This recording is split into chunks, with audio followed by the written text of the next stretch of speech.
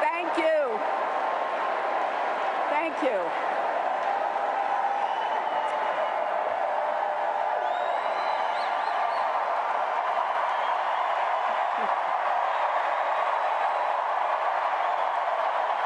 Thank you all very, very much.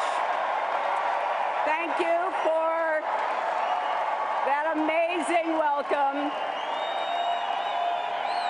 Thank you all for the great convention that we've had. And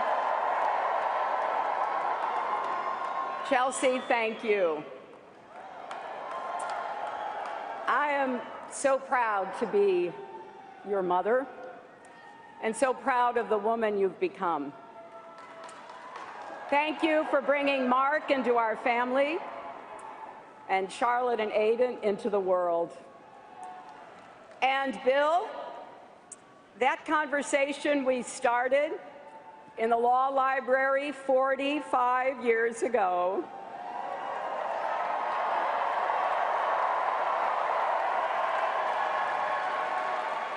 it is still going strong.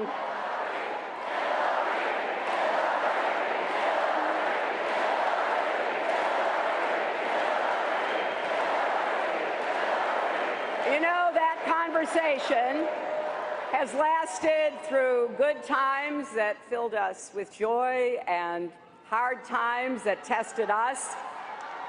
And I've even gotten a few words in along the way.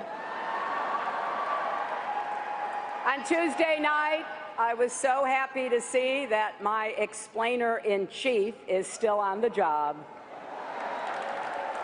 I'm also grateful to the rest of my family and to the friends of a lifetime.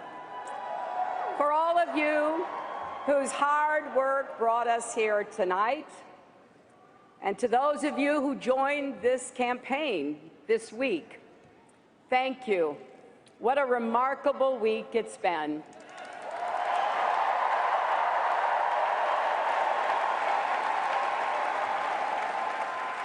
We heard the man from hope, Bill Clinton, and the man of hope, Barack Obama.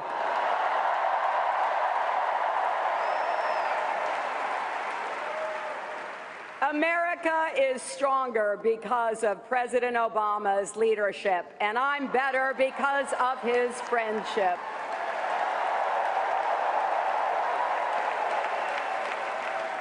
We heard from our terrific Vice President, the one and only Joe Biden.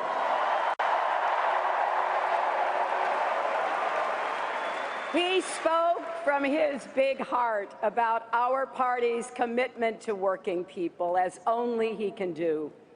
And First Lady Michelle Obama reminded us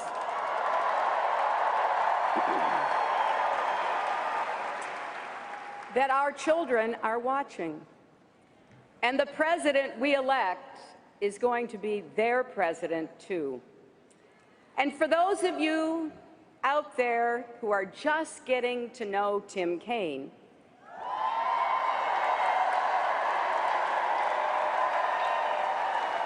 you will soon understand why the people of Virginia keep promoting him from city council and mayor to governor and now senator. And he will make our whole country proud as our vice president.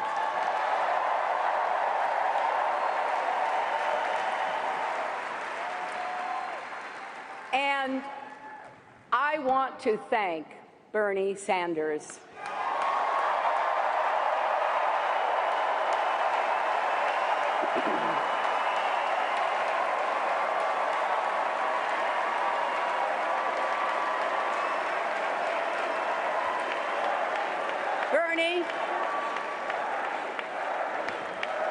Bernie, your campaign inspired millions of Americans, particularly the young people who threw their hearts and souls into our primary. You've put economic and social justice issues front and center where they belong. And to all of your supporters here and around the country, I want you to know, I've heard you.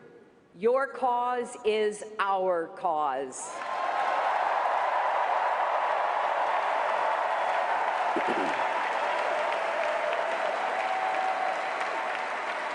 Our country needs your ideas, energy, and passion. That is the only way we can turn our progressive platform into real change for America.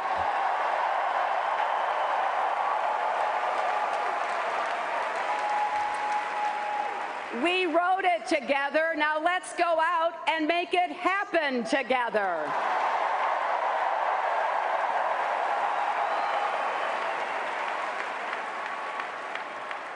My friends, we've come to Philadelphia, the birthplace of our nation, because what happened in this city 240 years ago still has something to teach us today.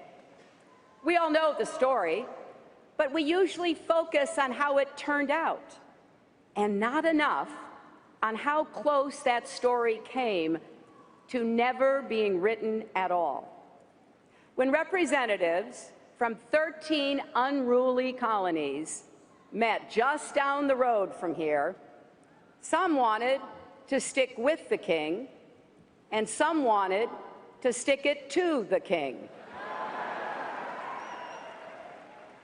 The revolution hung in the balance. Then somehow they began listening to each other, compromising, finding common purpose. And by the time they left Philadelphia, they had begun to see themselves as one nation. That's what made it possible to stand up to a king. That took courage. They had courage. Our founders embraced the enduring truth that we are stronger together.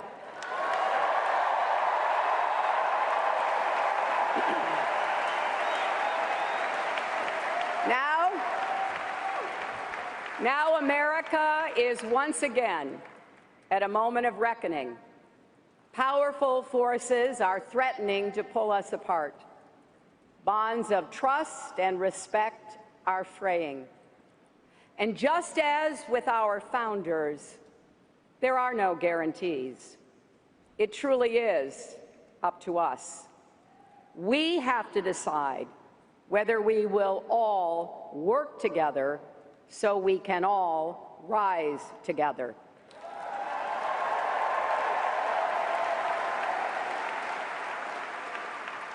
Our country's motto is E pluribus unum. Out of many, we are one. Will we stay true to that motto? Well, we heard Donald Trump's answer last week at his convention. He wants to divide us from the rest of the world and from each other. He's betting that the perils of today's world will blind us to its unlimited promise. He's taken the Republican Party a long way, from morning in America to midnight in America. He wants us to fear the future and fear each other. Well, you know, a great Democratic president, Franklin Delano Roosevelt, came up with the perfect rebuke to Trump more than 80 years ago during a much more perilous time. The only thing we have to fear is fear itself.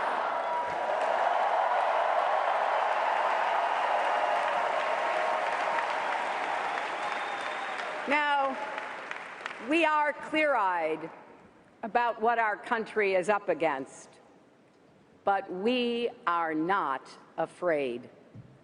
We will rise to the challenge, just as we always have. We will not build a wall. Instead, we will build an economy where everyone who wants a good job can get one.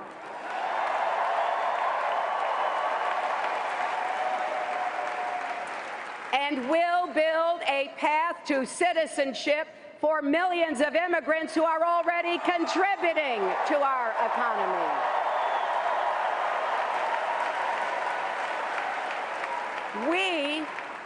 We will not ban a religion. We will work with all Americans and our allies to fight and defeat terrorism.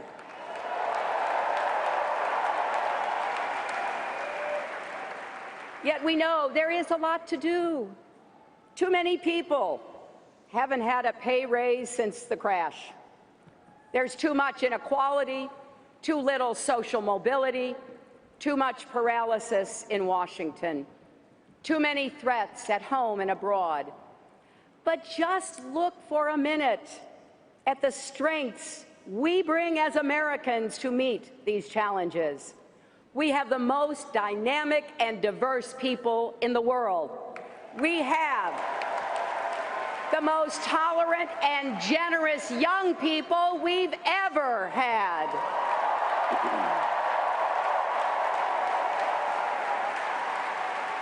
We have the most powerful military, the most innovative entrepreneurs, the most enduring values: freedom and equality, justice and opportunity.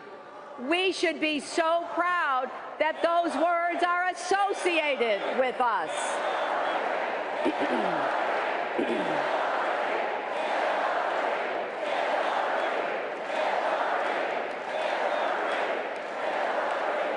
I have to tell you, as your Secretary of State, I went to 112 countries. When people hear those words, they hear America. So, don't let anyone tell you that our country is weak. We're not. Don't let anyone tell you we don't have what it takes. We do. And most of all, don't believe anyone who says, "I alone can fix it." Yes, those were actually Donald Trump's words in Cleveland. And they should set off alarm bells for all of us. Really? I alone can fix it? Isn't he forgetting troops on the front lines, police officers and firefighters who run toward danger, doctors and nurses who care for us, teachers who change lives, entrepreneurs who see possibilities in every problem, mothers who lost children to violence and are building a movement to keep other kids safe? He's forgetting every last one of us. Americans don't say, "I alone can fix it." We say, "We'll fix it together."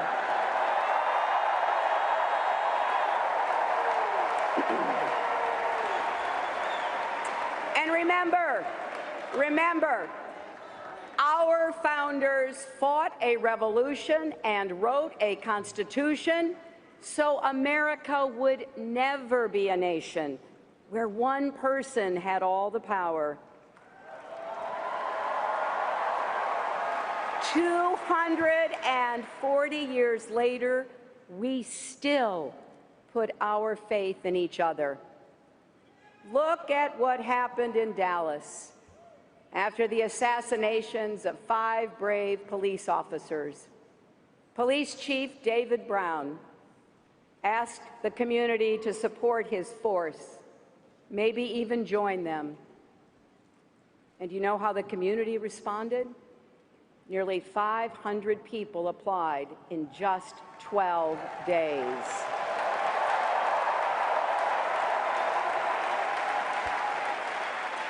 That's how Americans answer when the call for help goes out.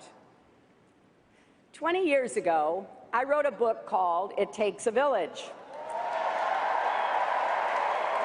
And a lot of people looked at the title and asked, what the heck do you mean by that? This is what I mean. None of us can raise a family, build a business, heal a community, or lift a country totally alone.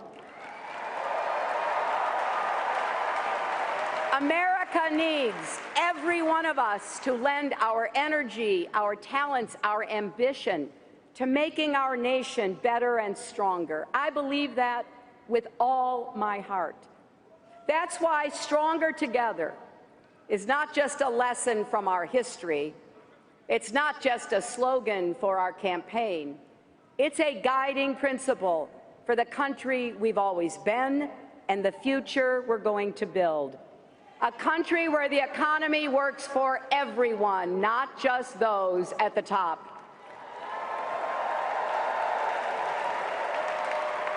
Where you can get a good job and send your kids to a good school, no matter what zip code you live in.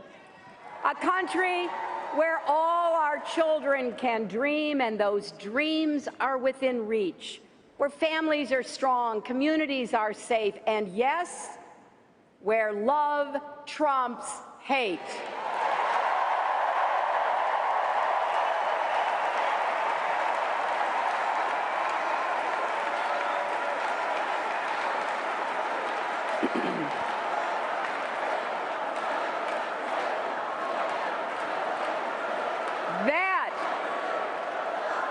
That's the country we're fighting for. That's the future we're working toward. And so, my friends, it is with humility, determination, and boundless confidence in America's promise that I accept your nomination for President of the United States.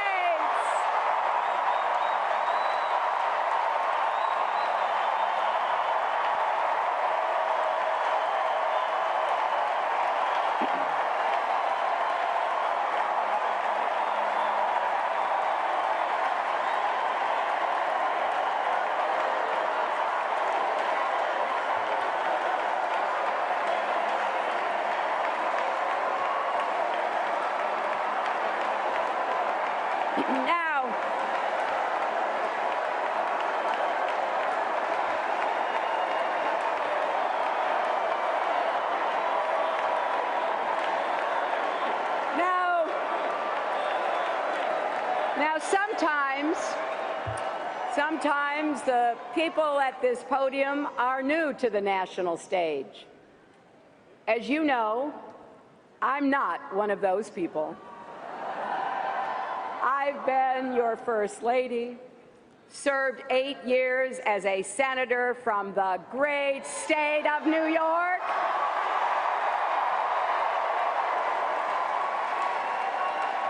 Then I represented all of you as Secretary of State. But my job titles only tell you what I've done. They don't tell you why. The truth is, through all these years of public service, the service part has always come easier to me than the public part. I get it that some people just don't know what to make of me. So let me tell you, the family I'm from, well, no one had their name on big buildings. My family were builders of a different kind. Builders in the way most American families are. They used whatever tools they had, whatever God gave them, and whatever life in America provided, and built better lives and better futures for their kids. My grandfather worked in the same Scranton lace mill for 50 years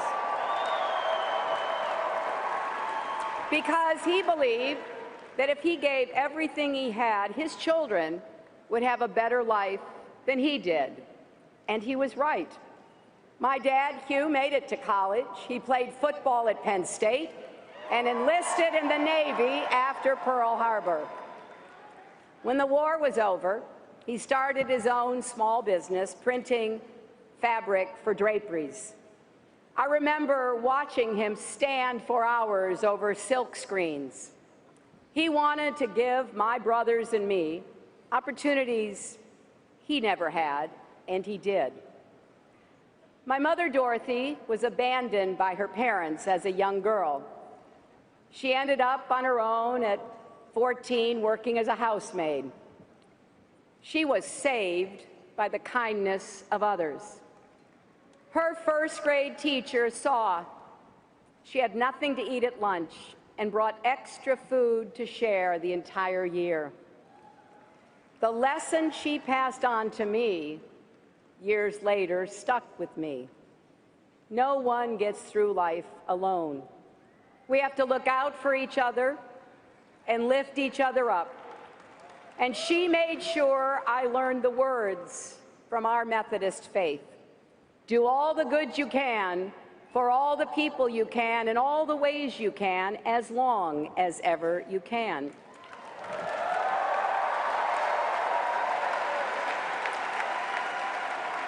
So I went to work for the Children's Defense Fund, going door to door in New Bedford, Massachusetts, on behalf of children with disabilities who were denied the chance to go to school. I remember meeting a young girl in a wheelchair on the small back porch of her house. She told me how badly she wanted to go to school. It just didn't seem possible in those days. And I couldn't stop thinking of my mother and what she'd gone through as a child. It became clear to me that simply caring is not enough. To drive real progress, you have to change both hearts and laws. You need both understanding and action. So we gathered facts, we built a coalition, and our work helped convince Congress to ensure access to education for all students with disabilities. It's a big idea, isn't it? Every kid with a disability has the right to go to school.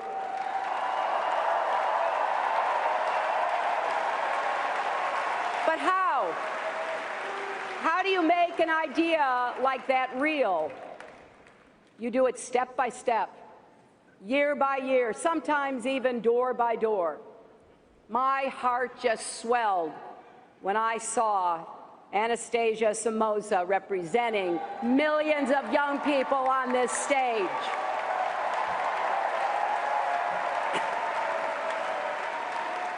Because we changed our law to make sure she got an education. So it's true. I sweat the details of policy, whether we're talking about the exact level of lead in the drinking water in Flint, Michigan, the number of mental health facilities in Iowa, or the cost of your prescription drugs. Because it's not just a detail if it's your kid, if it's your family. It's a big deal. And it should be a big deal to your president, too.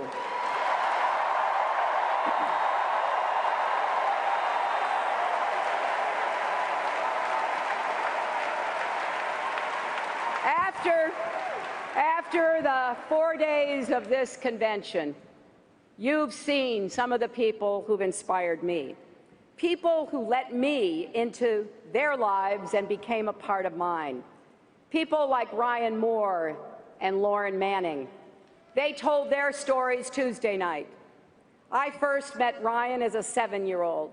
He was wearing a full-body brace that must have weighed 40 pounds because I leaned over to lift him up.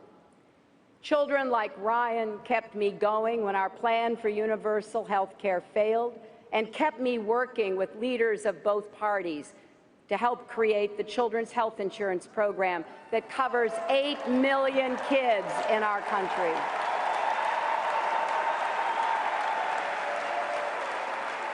Lauren Manning, who stood here with such grace and power, was gravely injured on 9/11. It was the thought of her and Debbie St. John, who you saw in the movie, and John Dolan and Joe Sweeney and all the victims and survivors that kept me working as hard as I could in the Senate on behalf of 9/11 families and our first responders who got sick from their time at Ground Zero. I was thinking of Lauren, Debbie, and all the others 10 years later in the White House Situation Room when President Obama made the courageous decision that finally brought Osama bin Laden to justice.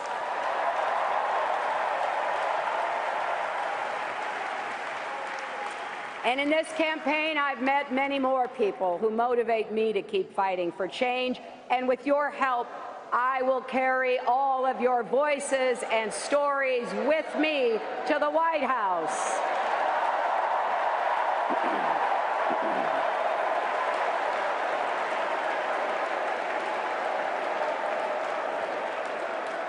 And you heard from Republicans and independents who are supporting our campaign. Well, I will be a president for Democrats, Republicans, independents, for the struggling, the striving, the successful, for all those who vote for me and for those who don't, for all Americans together.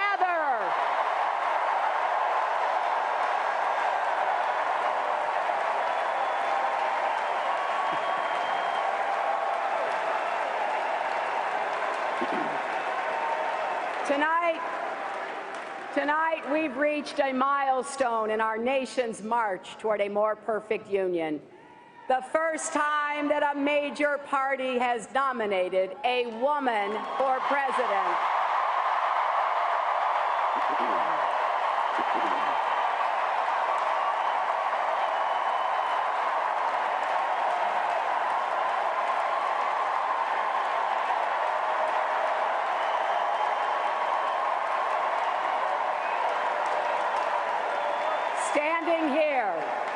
Standing here as my mother's daughter and my daughter's mother, I'm so happy this day has come. I'm happy for grandmothers and little girls and everyone in between.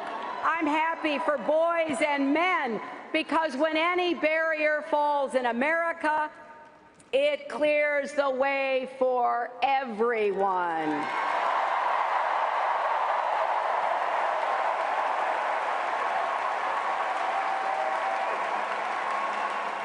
After all, when there are no ceilings, the sky's the limit.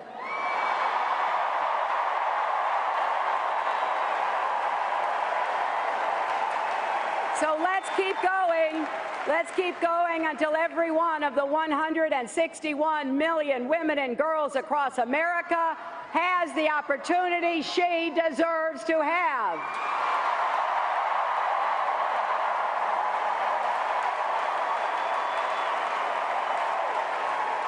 But even more important than the history we make tonight is the history we will write together in the years ahead. Let's begin with what we're going to do to help working people in our country get ahead and stay ahead. Now, I don't think President Obama and Vice President Biden get the credit they deserve for saving us from the worst economic crisis of our lifetimes.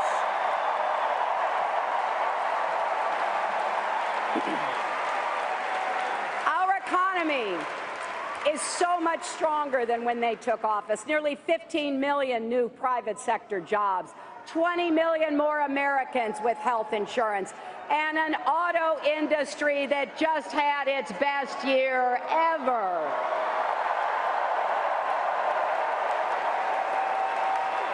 Now, that's real progress. But none of us can be satisfied with the status quo, not by a long shot. We're still facing deep-seated problems that developed long before the recession and have stayed with us through the recovery. I've gone around the country talking to working families, and I've heard from many who feel like the economy sure isn't working for them. Some of you are frustrated, even furious. And you know what? You're right. It's not yet working the way it should. Americans are willing to work and work hard. But right now, an awful lot of people feel there is less and less respect for the work they do. and less respect for them, period. Democrats, we are the party of working people.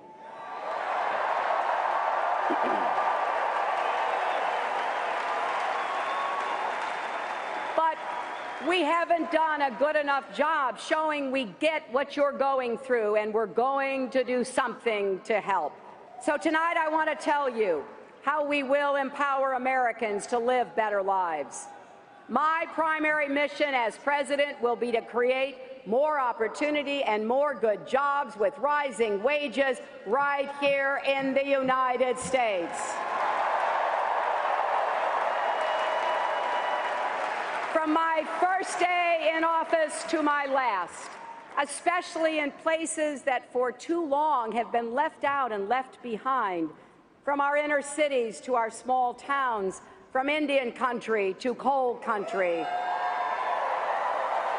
from communities ravaged by addiction to regions hollowed out by plant closures. And here's what I believe. I believe America thrives when the middle class thrives. I believe our economy isn't working the way it should because our democracy isn't working the way it should.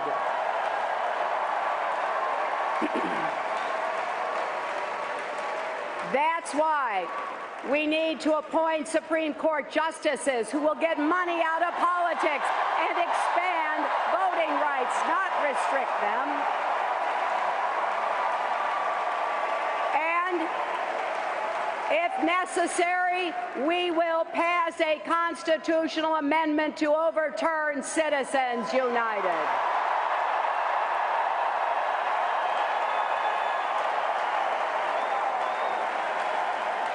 I believe American corporations that have gotten so much from our country should be just as patriotic in return. Many of them are, but too many aren't. It's wrong to take tax breaks with one hand and give out pink slips with the other. And I believe Wall Street can never, ever be allowed to wreck Main Street again.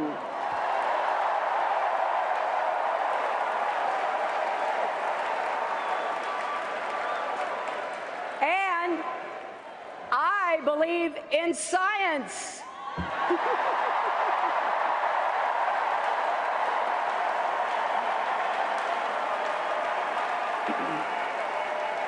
I believe climate change is real and that we can save our planet while creating millions of good-paying clean energy jobs.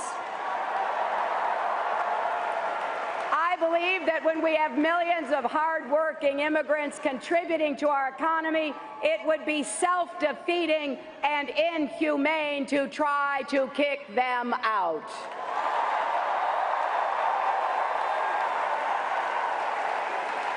Comprehensive immigration reform will grow our economy and keep families together, and it's the right thing to do. So, whatever party you belong to, or if you belong to no party at all, if you share these beliefs, this is your campaign.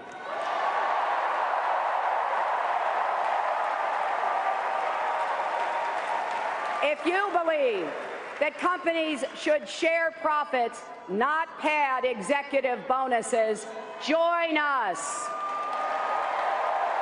If you believe the minimum wage should be a living wage and no one working full-time should have to raise their children in poverty, join us.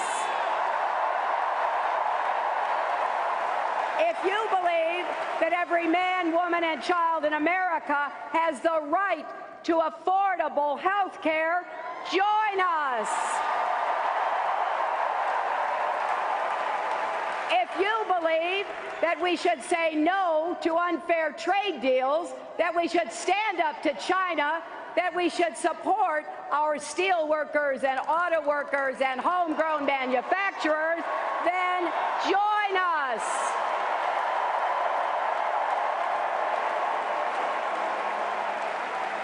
if you believe we should expand Social Security and protect a woman's right to make her own health care decisions, then join us.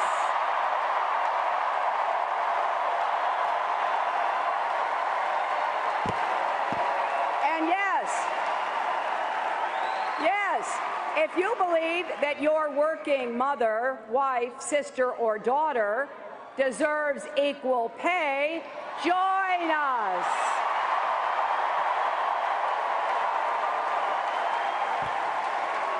That's how we're going to make sure this economy works for everyone, not just those at the top.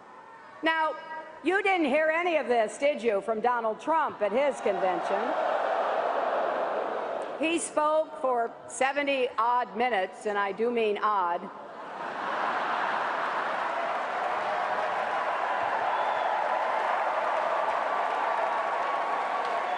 And he offered zero solutions. But we already know he doesn't believe these things. No wonder he doesn't like talking about his plans. You might have noticed I love talking about mine. In my first 100 days, we will work with both parties to pass the biggest investment in new, good-paying jobs since World War II. Jobs in manufacturing, clean energy, technology and innovation, small business and infrastructure. If we invest in infrastructure now, we'll not only create jobs today, but lay the foundation for the jobs of the future. And we will also transform the way we prepare our young people for those jobs. Bernie Sanders and I will work together to make college tuition free for the middle class and debt-free for all.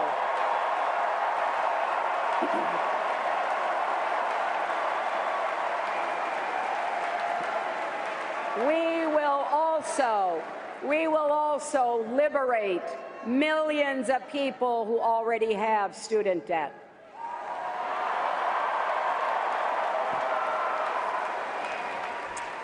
It's just not right that Donald Trump can ignore his debts and students and families can't refinance their debts.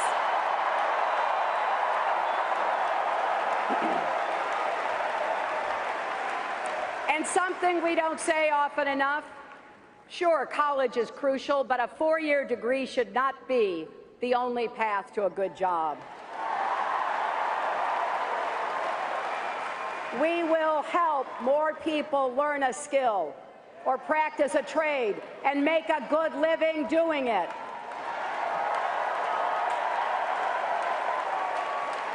We will give small businesses like my dad's a boost, make it easier to get credit.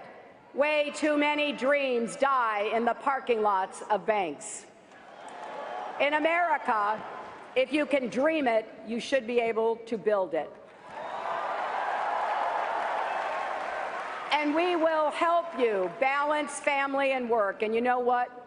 If fighting for affordable child care and paid family leave is playing the woman card, then deal me in.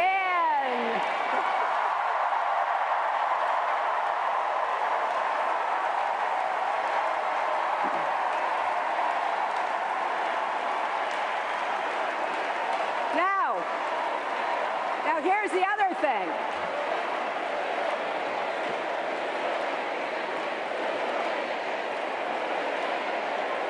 Now, we're not only going to make all of these investments, we're going to pay for every single one of them. And here's how. Wall Street, corporations, and the super rich are going to start paying their fair share of taxes.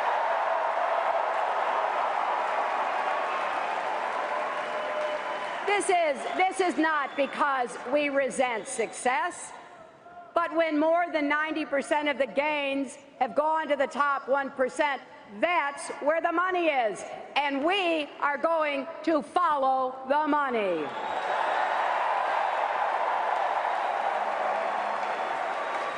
And if companies take tax breaks and then ship jobs overseas, we'll make them pay us back, and we'll put that money to work where it belongs, creating jobs here at home. Now I imagine that some of you are sitting at home thinking, well, that all sounds pretty good, but how are you going to get it done? How are you going to break through the gridlock in Washington?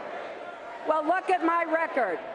I've worked across the aisle to pass laws and treaties and to launch new programs that help millions of people. And if you give me the chance, that's exactly what I'll do as president. But then I also imagine people are thinking out there, but Trump, he's a businessman. He must know something about the economy. Well, let's take a closer look, shall we? In Atlantic City, 60 miles from here, you will find contractors and small businesses who lost everything because Donald Trump refused to pay his bills. Now remember what the president said last night. Don't boo, vote.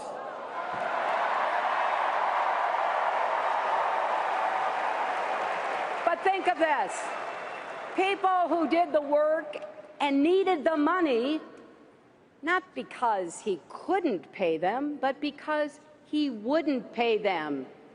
He just stiffed them. And you know that sales pitch he's making to be president? Put your faith in him and you'll win big. That's the same sales pitch he made to all those small businesses. Then Trump walked away and left working people holding the bag. He also talks a big game about putting America first. Well, please explain what part of America first leads him to make Trump ties in China, not Colorado, Trump suits in Mexico, not Michigan, Trump furniture in Turkey, not Ohio, Trump picture frames in India, not Wisconsin. Donald Trump says he wants to make America great again. Well, he could start by actually making things in America again.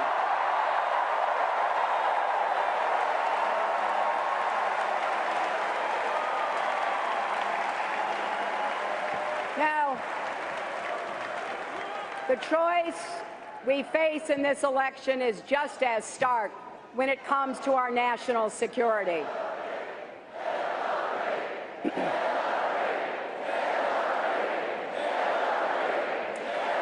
You know, anyone reading the news can see the threats and turbulence we face, from Baghdad to Kabul to Nice and Paris and Brussels, from San Bernardino to Orlando. We're dealing with determined enemies that must be defeated. So it's no wonder that people are anxious and looking for reassurance, looking for steady leadership, wanting a leader who understands we are stronger when we work with our allies around the world and care for our veterans here at home.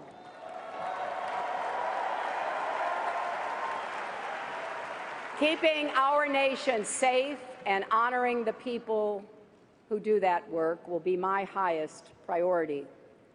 I'm proud that we put a lid on Iran's nuclear program without firing a single shot.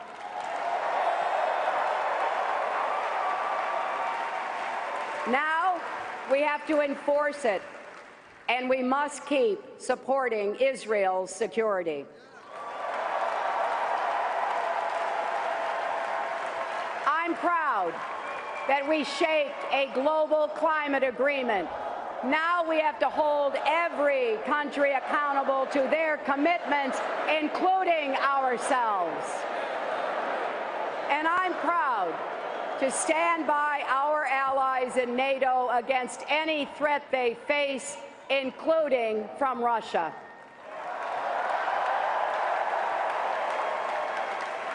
I've laid out my strategy for defeating ISIS. We will strike their sanctuaries from the air and support local forces taking them out on the ground. We will surge our intelligence so we detect and prevent attacks before they happen. We will disrupt their efforts online to reach and radicalize young people in our country.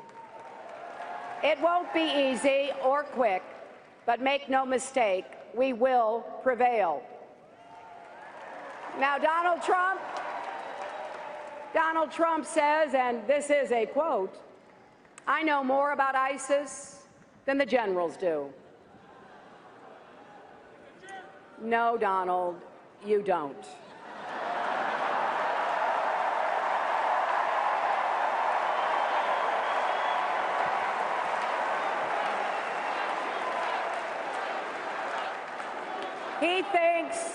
He thinks he knows more than our military because he claimed our armed forces are a disaster. Well, I've had the privilege to work closely with our troops and our veterans for many years, including as a senator on the Armed Services Committee, and I know how wrong he is. Our military is a national treasure. We entrust our commander-in-chief to make the hardest decisions our nation faces, decisions about war and peace, life and death. A president should respect the men and women who risk their lives to serve our country.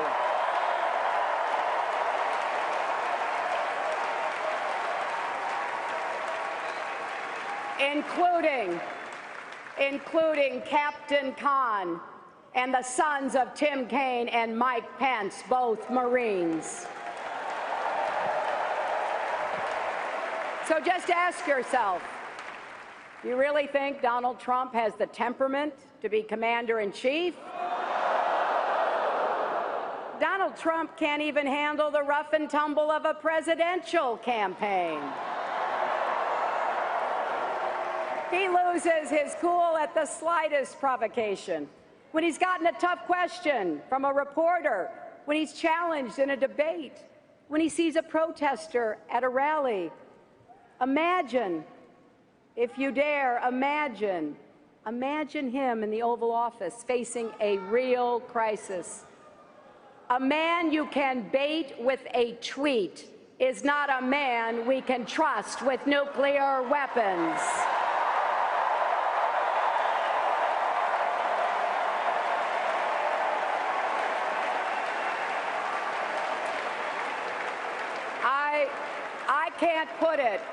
I can't put it any better than Jackie Kennedy did after the Cuban Missile Crisis. She said that what worried President Kennedy during that very dangerous time was that a war might be started, not by big men with self-control and restraint, but by little men, the ones moved by fear and pride.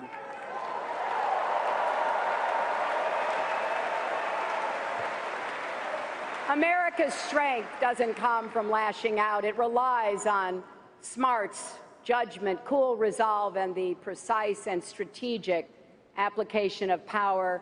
And that's the kind of commander-in-chief I pledge to be.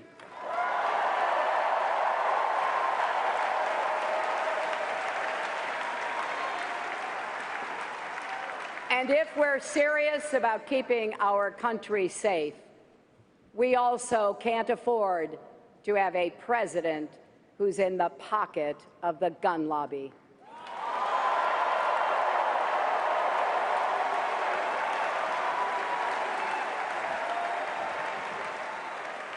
I'm not here to repeal the Second Amendment. I'm not here to take away your guns.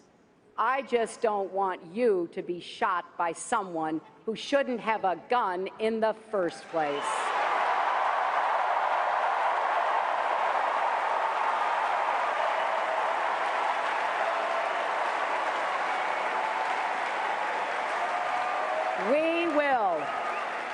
We will work tirelessly with responsible gun owners to pass common sense reforms and keep guns out of the hands of criminals, terrorists, and all others who would do us harm. You know, for decades, people have said this issue was too hard to solve and the politics too hot to touch. But I ask you, How can we just stand by and do nothing? You heard, you saw family members of people killed by gun violence on this stage. You heard, you saw family members of police officers killed in the line of duty because they were outgunned by criminals. I refuse to believe we can't find common ground here. We have to heal the divides in our country, not just on guns, but on race, immigration, and more.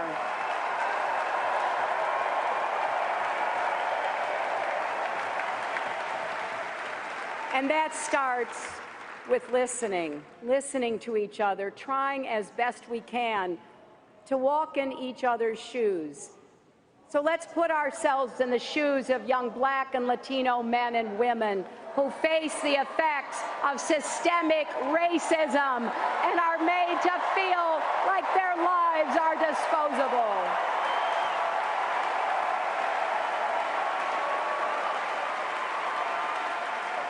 Let's put ourselves in the shoes of police officers kissing their kids and spouses goodbye every day, heading off to do a dangerous and necessary job. We will reform our criminal justice system from end to end and rebuild trust between law enforcement and the communities they serve.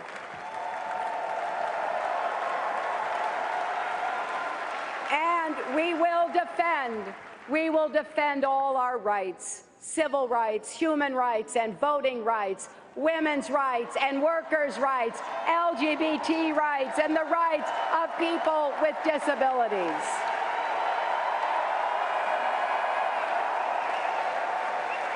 And we will stand up against mean and divisive rhetoric wherever it comes from. You know, for the past year, many people made the mistake of laughing off Donald Trump's comments, excusing him as an entertainer just putting on a show. They thought he couldn't possibly mean all the horrible things he says, like when he called women pigs or said that an American judge couldn't be fair because of his Mexican heritage, or when he mocks and mimics a reporter with a disability or insults prisoners of war like John McCain, a hero and a patriot who deserves our respect. Now, at first, I admit, I couldn't believe he meant it either. It was just too hard to fathom that someone who wants to lead our nation could say those things, could be like that. But here's the sad truth. There is no other Donald Trump. This is it. And in the end, it comes down to what Donald Trump doesn't get. America is great because America is good.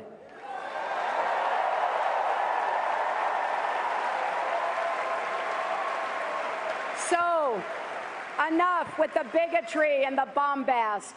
Donald Trump's not offering real change. He's offering empty promises. And what are we offering? A bold agenda to improve the lives of people across our country, to keep you safe, to get you good jobs, to give your kids the opportunities they deserve. The choice is clear, my friends.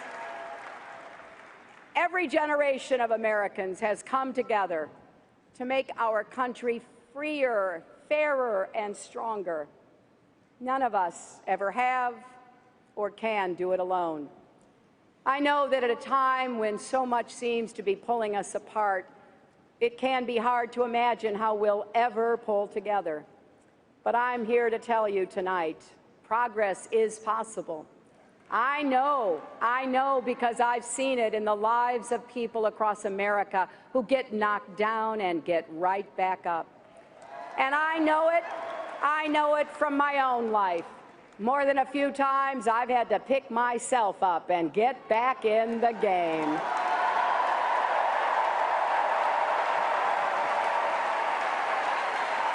Like so much else in my life, I got this from my mother, too. She never let me back down from any challenge. When I tried to hide from a neighborhood bully, she literally blocked the door. "Go back out there," she said.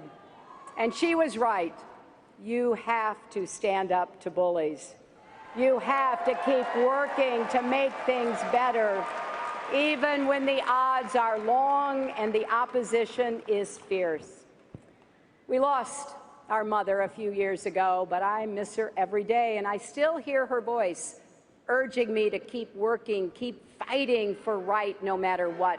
That's what we need to do together as a nation. And though we may not live to see the glory, as the song from the musical Hamilton goes, let us gladly join the fight. Let our legacy be about planting seeds in a garden you never get to see. That's why we're here, not just in this hall, but on this earth. The founders showed us that, and so have many others since. They were drawn together by love of country and the selfless passion to build something better for all who follow. That is the story of America, and we begin a new chapter tonight. Yes, the world is watching what we do. Yes, America's destiny is ours to choose. So let's be stronger together, my fellow Americans. Let's look to the future with courage and confidence. Let's build a better tomorrow for our beloved children and our beloved country. And when we do, America will be greater than ever. Thank you, and may God bless you and the United States of America.